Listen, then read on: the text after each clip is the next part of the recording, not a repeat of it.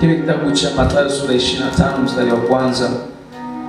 Vinasema, ndipo ufalme wa mbinguni utakapofanana na wanawali 10 walio 3 wazao wakatoka kwenda kumlaki bwana harusi. Watano wao walikuwa pumbavu na watano wao wenye busara. Wale waliokuwa pumbavu walizitoa taa zao, wasitoe na mafuta pamoja nao, bali wale wenye busara walitoa mafuta katika vyombo vyao pamoja na taa zao. Hata bwana harusi alipokawia, wote wakasinzia wakalala usingizi. Na ile usiku wa manane pakawa na kelele, haya bwana harusi, tokeni twende kumlaki. Mara akaondoka wanawali wale wote, wakazitengeneza taa zao. Wale wapumbavu wakamwambia wale wenye busara, tupeni mafuta yetu kidogo, maana taa zetu zinazimika. Lakini wale wenye busara wakawajibu wakisema, sivyo, hata tutosha sisi na ninyi. Afadhali shikeni njia mwende kwa uzao mkajinunulie. Na hao walipokuwa wakienda kununua, bwana harusi akaja, nao waliokuwa tayari wakaingia pamoja na yeye harusi, mlango ukafungwa. Alafu wakaja na wale wanawali wengine, wakasema, Bwana, Bwana, utufungulie. Akajibu akasema, amini nawaambia, siwajui ninyi. Basi kesheni, kwa sababu hamwijui siku wala saa. Nataka leo tu tuna point ya kuomba juu ya kukesha, kanisa kesha na kuwa macho. Na naposema kanisa namaanisha mtu mmoja mmoja wewe mwenyewe. Tupo kwenye nyakati ambazo ni za mwisho kabisa wa matukio ya dunia. Na kanisa linahitaji kuwa na ufahamu, kujua kwamba linahitaji likae tayari wakati wote. Biblia inasema, angalieni msije mkaelemewa na masumbufu ya dunia hii, na wakati huo ukawajia ghafla bila kujua. Tupo kwenye nyakati za mwisho kabisa. Nyakati za mwisho kabisa, na muda wote Yesu atanyakua kanisa. Sasa kama mtu mmoja lazima ujue kwamba anahitaji kujiandaa na kuwa tayari wakati wote. Tumoja ni Mungu akasema, natengeneza maisha yangu na Bwana ili akija anikute niko tayari. Yesu akirudi, kuna watu wengine wanajikuta hawajajiandaa vizuri. Biblia inasema, kama mtu angelijua saa ambayo anakuja mwizi kuiba kwa nyumba yake, Biblia inasema huyo mtu angelijiandaa, nyumba yake angeliweka tayari, angeshika silaha, akashika mapanga na mabomu kabisa, kusudi akija ajikute kwa tayari pambana naye. Yaani kwa kuwa haujui siku wala saa, ni saa ipi mwizi atakuja, basi unahitaji ukeshe. Tofauti na hapo, mwizi atakuja atakuta umelala, atakufunga na atachukua vitu vyake. Na kadhalika Bwana Yesu atakuja kama mwivi kuchukua kanisa lake. Ni muhimu sana kukaa umejiandaa, maana hatuijui siku wala saa ambayo Yesu atarudi kuchukua kanisa lake. Muhimu sana kuwa tayari kwa wakati unaofaa na wakati usiofaa, kwa sababu Yesu atarudi muda wote kuchukua kanisa lake. Ni muhimu sana kuishi kwenye utakatifu na kuishi kwenye mapenzi ya Mungu, kwa sababu dunia inapita na Yesu atarudi kuchukua kanisa waliosafishwa, waliotakaswa, ambao majina yao yameandikwa kwenye kitabu cha mwana kondoo. Sasa Biblia inasema hapa ya kwamba ufalme wa mbinguni utafanana na wanawali 10 waliotoa taa zao. Hawa wanawali 10 walitoa taa zao, wakaenda kumlaki bwana harusi. Na walipoenda kumlaki bwana harusi, wakakaa wakasubiria bwana harusi aje. Lakini bahati nzuri au bahati mbaya, bwana harusi akakawia kidogo kurudi. Na hawa wanawali walikuwa na mafuta. wamejaza taa zao mafuta. Maandiko yanasema kati ya hao 10 wanawali 5 walikuwa na mafuta akiba, lakini wanawali 5 hawakuwa na mafuta akiba. Kwa waliendelea kungoja bwana harusi aje. Mafuta yaliendelea kuteketea, mafuta yaliendelea kuteketea mpaka taa zao zikazima kabisa. Alafu ghafla taa zikiwa zimezima, wakasikia kelele za shangwe, wakasikia kelele za watu walioambatana na bwana harusi kuja kwenye harusi. Wakasikia watu wanashangilia sana, bwana harusi ameingia, bwana harusi ameingia, amkeni tukamlaki bwana harusi. Na maandiko yanasema wale wanawali 5 waliokuwa na mafuta akiba wakaamka na wao, na wale ambao walikuwa hawana mafuta akiba nao pia wakaamka, wakaenda kutengeneza taa zao. Walipoenda kutengeneza taa zao, hawa hakuta taa zao zimeisha waka, hamna mafuta tena. Lakini wengine walikuwa na mafuta akiba, wakaweka mafuta kwenye taa zao, mafuta, taa zikaendelea kuwaka. Hawa ambao walikuwa hawana mafuta kwa wale wenzao, saidia mafuta, bwana harusi anakuja tunaaidika. Hawa kaambia mafuta yetu haiwezi kutosha sisi na ninyi. Kwa hao wakatoka wakaenda kununua mafuta wakati bwana harusi ameingia. Hawa waliokuwa na akiba mafuta wakawasha taa zao, wakaenda kumlaki bwana harusi pamoja na watu wengine. Bwana harusi alipoingia, mlango ukafungwa. Kwa waliochelewa nimesoma Mathayo sura 25 mstari wa 1 mpaka ule mstari wa 13. Kwa bwana harusi alipoingia, mlango ukafungwa. Bwana harusi akishaingia, itifaki hairuhusu mtu yote kuingia tena. Kwa mlango ule ukafungwa, na mlango ulipofungwa hakuna mtu tena anaruhusiwa kuingia. Katoka wakaenda kununua mafuta, lakini tistura tu wamechelewa. Bwana harusi ameshaingia tayari. Wakaja na taa zao zinawaka, wanagonga, tufungulieni, tufungulieni, tufungulieni. Wakaambiwa bwana harusi amekwisha kuingia na mlango tayari umeshafungwa. Bwana harusi akawaambia, mimi siwajui ninyi. Akawaambia, mimi siwajui ninyi. Bwana harusi akawakataa, akawaambia, siwajui. Na fulani anasema basi keshi, kwa sababu mjui siku wala saa atakayokuja Bwana wewe. Mafuta ni alama ya nguvu za Roho Mtakatifu. Mafuta ni alama ya nguvu za Mungu. Katika nyakati za mwisho kuna watu watakuwa na mafuta na taa zao zinawaka, lakini kwa sababu wanaenda kusubiria Yesu arudi, na Yesu hajarudi bado. Maandiko yanasema wataendelea kutumia zile nguvu, na mwisho wataishiwa nguvu na hawana akiba. Kwa Bwana akija atakuta hawana mafuta, hawana nguvu za Roho Mtakatifu, na taa zao zimezima, hawana nuru tena. Na hao wakisikia sauti ya Bwana ndipo watakumbuka kuomba, ndipo watakumbuka kukesha, ndipo watakumbuka kufunga, ndipo watakumbuka kutumika.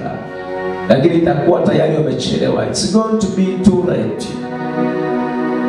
Bwana atawaambia, ninyi siwajui. Kuna watu ambao Bwana akija atakuta taa zao zimezima tayari. Kuna watu ambao Bwana akija atakuta mafuta ya maisha kwenye taa zao. Na hawa watu Bwana atasema, mimi siwajui ninyi.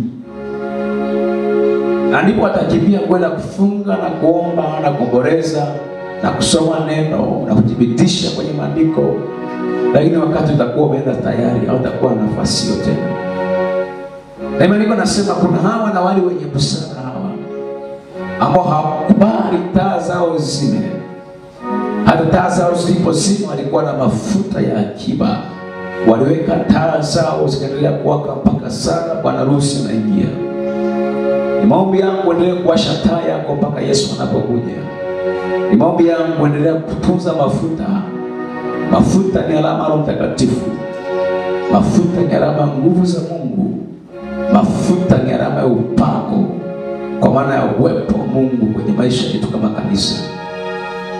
Yesu akija angalia washirika makanisa. Yesu akija anaangalia washirika ambao taa zao bado zinawaka. Anaangalia wanawali ambao taa zao bado zinawaka. Kanisa ni bibi harusi. Bwana harusi Yesu mwenyewe. Bwana harusi alienda akasema nitarudi kwa ajili ya binti harusi, bibi harusi. Sasa bibi harusi ambaye hayuko tayari, bwana harusi akija ataachwa. Tuko nyakati za mwisho. Tuko nyakati za mwisho. Dunia ndio inakusaidia kufumba macho sione kama tuko mwisho. Ukaona maisha ni kawaida, lakini nasema tuko nyakati za mwisho.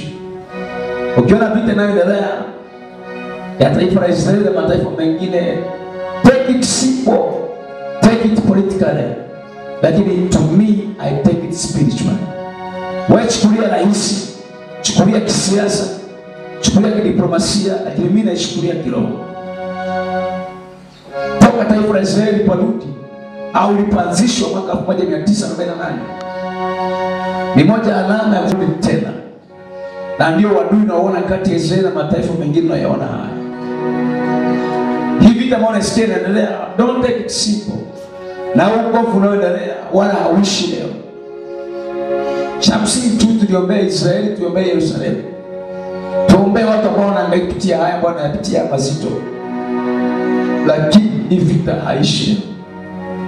Na haitaishi mpaka Yesu anarudi. Mpaka Yesu anarudi. Vita haishi na haitakaishi. Na ndio kuachia kwamba tuko nyakati kabisa kubwa. Tumeona juzi Marekani ameenda kuvamia Iran na kushambulia vituo vya mabomu ya Iran. Tunasubiri tuone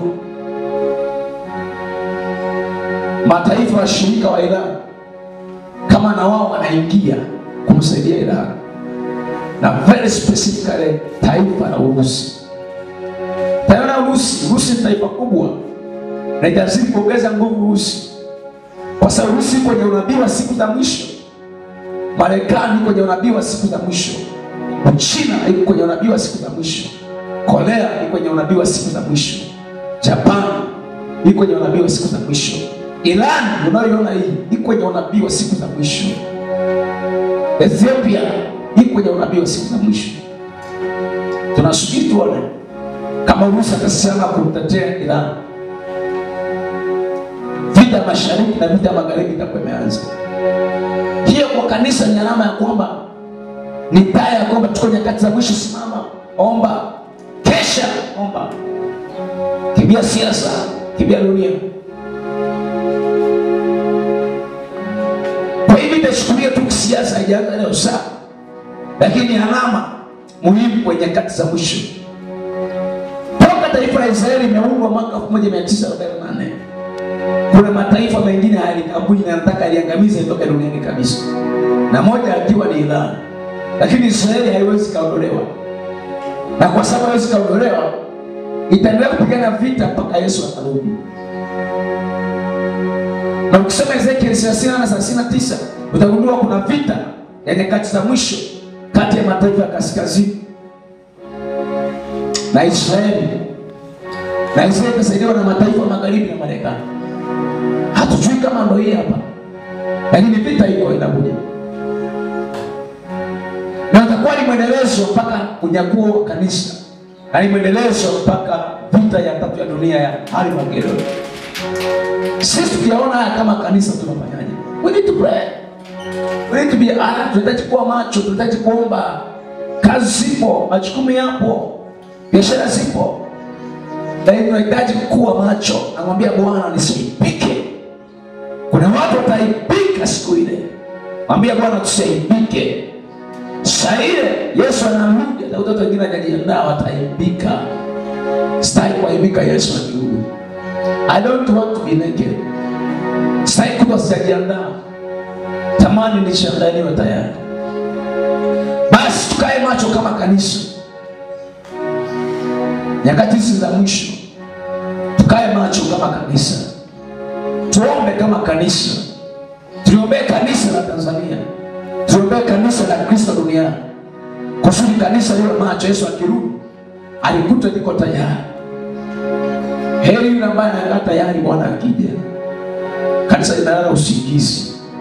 Kanisa limepoteza ile shauku na kiu ya kumtaka Mungu. Wiki iliyopita ile injili ilikuwa inafundisha kwa habari ya nguvu ya maombi ya kuugua. Wako wapi akina mama wanaoomboleza? Wako wapi mabinti waombolezaji? Wako wapi vijana waombaji? Wako wapi watu wenye kiu ya kumtafuta Mungu siku na mchana? Dunia inahamia Instagram, inahamia na WhatsApp na Facebook. We are busy. Tuko busy na Instagram, tuko busy na Facebook, tuko busy na YouTube. Hatuko busy na maombi, hatuko busy na neno. We might be busy the way we are, lakini bado tunamhitaji Mungu zaidi ya kawaida. Kama kanisa ni wakati wa kuwa macho. Naambia Bwana tunahitaji kuwa tayari. Tusaidie Bwana. Niombe kanisa la Mungu. Niombe kanisa la Kristo, najiombe mwenyewe kwa macho. Wako hapa wao maombaji.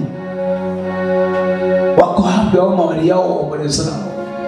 Bwana tuone kwenye mikesha wakilia na kulilia Mungu. Wako hapa ambao wana uchungu na mzigo kwa ajili ya kazi ya Mungu nyakati za mwisho. Wanaojua nyakati za mwisho. Maandiko yanasema shetani anajua na wakati mchache, kwa hiyo anafanya kazi kwa kuwa halali wala sinzi. Wako wapi hao watu ambao wanasema tunamtaka Bwana nguvu zake? Wako hapa ambao wanasema tunamtaka Yesu akija akuta tukiwa tayari. Yesu akija yeye Daudi amelala usingizi. Wamekwisha kulala usingizi. Na taa zao zimeziba. Je, taa yako bado ina mafuta? Au mafuta tayari yameungua yameisha? Unapojipima ndani unahisi kuna nguvu ya Mungu yoyote? Au unajiona ni mkavu kabisa huko jangwani? Haoni kama una mpenyo wote na umekauka. Sikiliza. Dunia hii unayoona hii inapita. Wala sikudanganye, there is nothing new. Hakuna chochote kipya hapa duniani, yote ni marudio. Biblia inasema utafute ufalme wa Mungu na nguvu zake. Wako wapate kiu na Mungu ya kumtaka Mungu na nguvu zake. Waliodhamiria kumtafuta Mungu kwenye maisha yao. Waliodhamiria kuhakikisha Bwana anatembea naye. Waliokisha hata kama ni maskini, kwenye maskini wao wanasema tunamtaka Mungu. Kwenye utajiri wao wanamtaka Mungu. Wako wapi hawa? Sio leo Mungu anataka watu waamke na watie mafuta kwenye taa zao. Taa zao ziendelee kuwaka. Nuru yako bado inawaka na taa yako bado inawaka. Sio leo Mungu anahitaji kuhakikisha unachallenge. Maisha ya kiroho ni kama maisha ya betri. Ukichaji unatumia nguvu zinaisha. Lazima upatikane eneo la madhabahu uchaji. Matukio ambayo tunapitia mara nyingine yanapunguza nguvu za kiroho. Na yanatenga mbali na Mungu. Tunakaa kuwa washirika wa kanisa lakini hatuna Mungu ndani yetu. Je, uko tayari kwenda motoni au unamhitaji Mungu akusaidie? Tuko nyakati za mwisho. Nataka utengeneze kiu. Nataka utengeneze njaa. Nataka utengeneze kumtaka Bwana. Nataka utengeneze kumhitaji Mungu. Nataka utengeneze kumwambia Bwana, nyakati hizi nahitaji niwe macho. Dunia imeingia kanisani. Na wala kanisa halina shida. Kwa sababu kanisa la mwisho ni kanisa la Laodikia. Kanisa la Laodikia. Kwenye makanisa sana. Hili ni kanisa la nyakati za mwisho. Kanisa la Laodikia. Kanisa la watu ambao ni vuguvugu. Kanisa la nyakati za mwisho ni kanisa la Laodikia. Kwenye Ufunuo sura 5. Ambao sifa yake kubwa lukewarm, vuguvugu, sio moto wala sio baridi. Haya maisha ya vuguvugu lazima tuyakatae kwa jina la Yesu. Lazima tubebe maisha ya moto. Tutafute maisha ya kuwa tayari. Hizi ni nyakati za kanisa la mwisho, kanisa la Laodikia, ambalo sifa yake kubwa vuguvugu, sio moto na wala sio baridi, sio duniani wala sio kwa Mungu. We are at the middle. We are at the middle. Kataa kuwa katikati. Kataa kuwa katikati. Kataa kuwa katikati. Kataa kuwa vuguvugu. Kataa maisha ya vuguvugu. Kataa kuwa vuguvugu. Kataa maisha ya baridi. Kataa maisha ya katikati. Kataa maisha ya kuishi ambayo taa zimezima. Yesu akija atukute taa zinawaka. Kataa maisha ya kanisa la Laodikia. Maisha ya vuguvugu. Maisha ya taa ambayo zimezima. Maisha ambayo upo kanisani kimsingi tayari umekwisha kuzima kabisa. Na bwana harusi akija atakuta taa imezima. Hatuko tayari jioni ya leo. Taka tumwambie Bwana tusaidie. Bwana akija akute taa zetu zinawaka. Bwana akija akute nguvu za Mungu ziko bado. Bwana akija akute bado tuko na mikesha bado. Bwana akija akute bado tumesema imara kwenye imani. Bwana akija akute tuko kama wale wanawali watano wenye mshana. Bwana akija akute bado tunangaza. Bwana akija akute bado tuko serious na Mungu. Bwana akija akute bado ya compromise. Nyakati za mwisho, nyakati za kanisa la Laodikia, nyakati za mwisho kanisa la Laodikia, sio moto wala sio baridi. Watu wamekuwa ni vuguvugu na taa zao zimezima. Lakini sio yale nataka niseme, tuko tayari kumpa Bwana maisha tena. Tuko tayari kumpa Yesu muda. Tuko tayari kuwasha taa zetu tena. Tuko tayari kusema taa zetu ziwake tena. Unyale taa zetu ziwake. Tuko tayari kuwasha taa zilizosimama. Tuko tayari kusimama. Unyale. Sitakubali hata kama nabaki mwenyewe. I won't accept it. Nyakati mwisho za hatari sana. Hawezi ukaimili Yesu kuja ukabaki mwenyewe. Takuwa ni hatari sana. Better you pay the price now. Yesu atakuta una maisha utalia na kungata mbele. Utalia na kuboreza. No second chance. No second chance. Utaona zile kazi ulikuwa unafanya hazina maana. Utaona kile cheo ulikuwa unakimbia hakina maana. Utaona sifa zile ulikuwa unataka hazina maana. Utaona watu ndio kubatia unadhani wa maana hawana maana. At the time Yesu amerudi, ameshukua kanisa na umebaki. Michael Rabakanda Baskata. Hautaamini macho yako. Mwanangu, kuwa serious na Mungu. Mwanangu, maanisha kwenye wokovu. Mwanangu, maanisha kuwa moto. Maanisha kusimama. Maanisha kuwa siku ile siku ya aibu kwako. Siku ile siku ambayo utaachwa. Nyakati hizi mbaya sana. We need to go. Tunahitaji kusimama. Usiangalie mwenzio kama anasonga mbele. Siku ya kwanza okoa nafsi yako mwenyewe. Ndicho aliambiwa Lutu wakati wa Sodoma na Gomora. Maandiko yanasema yule malaika anamwambia babaki wanazunguka pale tu. Lutu hatoki, mke wake hatoki, watu wake hatoki. Maandiko yanasema malaika aliwashika mikono, akawaelekeza njia watoke. Akawaambia jiponyeni nafsi zenu. Ponya nafsi yako. Hizi ni kazi za hatari. Ponya nafsi yako kwanza. Maandiko yanasema akiwa anaenda anatoka kwenye Sodoma, akawaambia malaika kimbia, ponya nafsi zenu. Mtu yeyote asiangalie nyuma. Biblia inasema wakiwa anaenda piga njiani wanakimbia. Maandiko yanasema mkaka na Lutu hageuka kaangalia nyuma. Akashinda kutunza maelekezo ya Mungu. Saa ile akawa nguzo ya chumvi. Lutu akaponya nafsi yake mwenyewe, akakimbia kaendelea. Hakuangalia nyuma. Wanakuja kucheka kwenye msafara, kuna mtu hayupo. Mama mchungaji ameachwa tayari, hayupo kwenye msafara. Mchungaji Lutu anaangalia. Mama mtumishi yuko wapi haonekani. Anaangalia watoto wapi. Anaangalia mama hayupo. Haikuwa saa ya kurudi nyuma kumtafuta mama mchungaji. Ilikuwa ni saa ya Lutu kuiponya nafsi yake kaenda. Na Maandiko yanasema nyakati za mwisho zitakuwa kama nyakati za Sodoma na Gomora. akiwa anakula na kunywa, ndipo Yesu atakuja kama hivi. Ponya nafsi yako mama, ponya nafsi yako binti, simama. Ni mwanao mtaki Yesu, wewe simama pambana. Nimeo umekataa kusimama, maanisha wewe simama. Hiyo nafsi yako wako, ponya nafsi yako kwanza mwenyewe. Sema mwenyewe kwanza, sema. Maanisha. Mtu anashangaa, mchungaji kwenye msafara yupo. Wala mtu amgeoa unafuta mkewe. Haina maana mtu alikuwa mpendi mkewe, alikuwa anampenda. Ameshindwa kutimiza masharti ya ufalme. Ameshindwa kutembea kwenye masharti ya kimungu. Hana sifa ya kuingia. Mtu ameangalia nyuma, angemfuata mkala, angebaki. Ingekuwa biashara analia na Safira.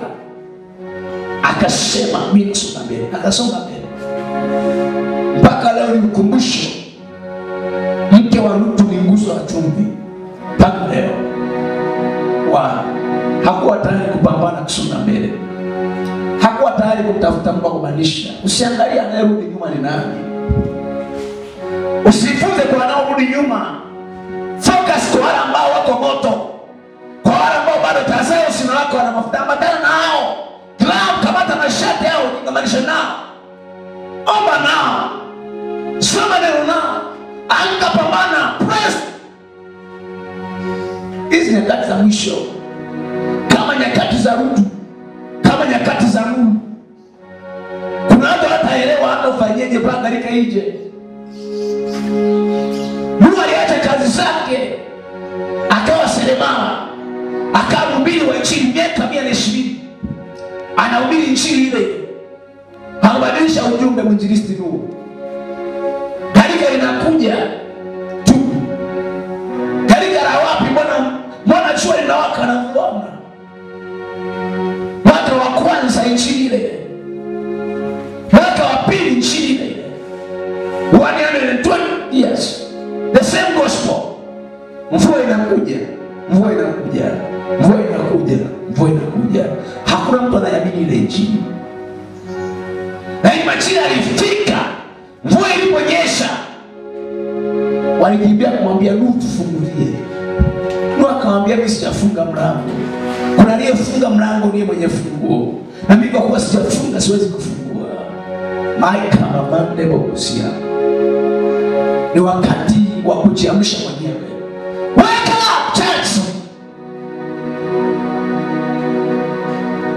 Wake up. Amua kanisa. Hata unanisikiliza kwa mitandao. Wake up. Majira yamefika, wake up. You cannot afford to be lukewarm, you will die. You cannot afford to be cold, you will die. Better you fight to be hot. Hautaweza kuwa baridi ukaenda mbinguni. Hautaweza kuwa vuguvugu, bora ukamaanisha kuwa moto. Ukasema kwenye maombi kwa kumaanisha. Yesu akija akuta taa yako inawaka. Maombi yangu naomba Mungu nisaidie taa yangu isizime. Kwa sababu ile haijalishi ni mhubiri, haijalishi ni askofu, haijalishi ni mwinjilisti, kama taa yako imezima, you are out of the game. Haijalishi ungawa pepo, haijalishi ungenyua viweta wangapi wakatembea, haijalishi muujiza mingapi ulifanya, as long as taa yako imezima, haina mafuta, tuna account kama yule wana waliopuma. Ili ni baa. Utaona ni wewe. Better you cry now. Aliimba wimbo yule Nigeria. Akasema, the cry you will cry where the saints has gone, have gone. Cry now. Where the sinner now. Kilio hicho ambacho takilia, wapendwa akisha ondoka, wale kilio leo bado watuwepo. Kilio kile ambacho takilia, kanisa likisha ondoka, bado wakilia leo. Don't make a joke. Be serious with God. Usifanye utani. Ongeza userious kidogo na Mungu. Mambo ya roho yanahitaji userious na kumaanisha. Takufundisha fungu la 10 mpaka lini? Takufundisha kuwa ibada mpaka lini? Takufundisha kufunga mpaka lini? Takufundisha kufundisha mafundisho ya awali kama mpaka lini? Mambo ya kufundisha ni mengi, lakini hautaki kuongezeka ya kufundisha yale. Weka. Natamani uamsha hiyo njaa. Nimekuambia tumeenda Nigeria. Kiu ya watu wanamtaka Mungu sio ya kawaida. Watu wana njaa ya viwango vya juu. Sasa ibada ya fadha imejaa kanisani. Ni alama ya uamsho. Kuna kitu ndani kinasukuma. Kuna kitu ndani kimezaliwa kimachi mtu atulie. Ukiona ndani hamna kitu kinakusukuma ujue tayari wewe unahitaji uamsho mpya. Sasa mambo hamna kitu kinasukuma ndani. Ifike mahali kitu kizaliwe ndani. Chabuda kuacha ukatulia kwa ajili ya Bwana. Kama ni kazini kwako, bado kuna kitu kinasukuma naomba. Kama ni njia naomba, prayer is everywhere. Everywhere you can pray. Nyumbani kwako naomba, biashara unaomba, kwenye kazi everywhere. When you get rest, you give a door to the devil. Don't give yourself a rest. Usijipe mapumziko. Ndio maana Yesu anasema je, nikija nakuta bado watu wamesema wanafanya majukumu waachie wafanye. Anasema nikija nakuta mtu mweupe anasimamia bado. Bwana Yesu akija tukao wengine wameshajiweka pause. Nataka umwambie Bwana, nahitaji taa yangu wake. Nahitaji mafuta mapya ndani yangu ya kuwaka. Taa yangu isiwake. Taa yangu isisike. I don't want to be ashamed. I don't want to be found. I don't want to be found and prepared. Nataka niwe tayari Bwana. Nijaze ile kiu iliyopotea. Nijaze ile hamu iliyopotea. Hizi fluctuations za ibada, leo upo, kesho haupo, leo upo, leo unajisikia kufunga unafunga, kesho unajisikia kufunga ufungi. Issue ni kwamba hauna njaa. You are dead person already. You are dead. Na hiyo ni alama maisha ya vurugu. Hizi fluctuation leo, unaweza ukaja ibadani, kesho haudi, unaweza ukajisikia ukaja, au ukaenda kumsalimia ndugu. My God, ni alama ya kwamba you are a dead person spiritually. Ndio maana hata mzigo hakuna. Nataka uzaliwe mzigo ndani yako leo jioni. Nataka izaliwe njaa jioni hii ya kutaka Mungu. Nataka izaliwe hasira ndani yako jioni hii. Nataka uzaliwe utungu, nilikwambia utungu. Utungu wa kuzaa, utungu wa kumwona Mungu. Hautashinda compromise kwa dunia hii until utungu unazaliwa ndani. Sio kama miguya. Nataka kitu kizaliwe ndani. You want to be found and prepared. Bwana tupe neema. Ndio nasema na sema na kuonea kiu. Kama vile Ayala aoneavyo kiu, aoneavyo shauku maji ya mito, anasema vile vile nafsi yangu inakuonea kiu. Kama vile Ayala aoneavyo shauku maji ya mito, nafsi yangu inakuonea kiu. You are passion. What is your passion? Kiu yako nini mama? What is your desire? What is your desire? What is your passion? What is your desire? Wewe kiu yako nini na njaa yako nini? Hakisha kitu kinazaliwa na kama ulikuwa na maisha mepesi ambayo hauna kiu na Mungu, tengeneza. Hakisha taa yako haizidi.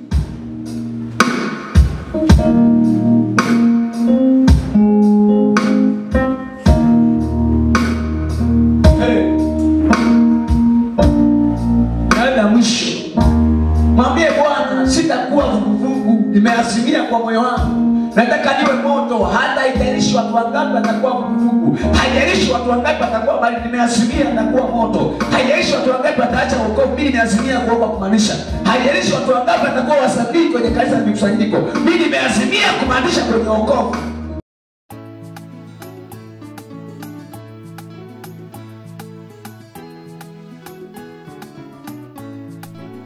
Jibu maombi. amejibu kwa wakati.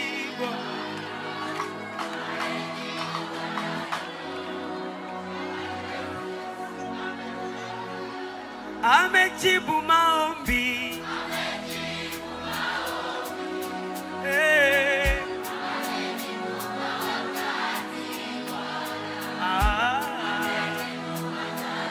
Jamani Yesu. One more. Oh, amejibu maombi. Amejibu kwa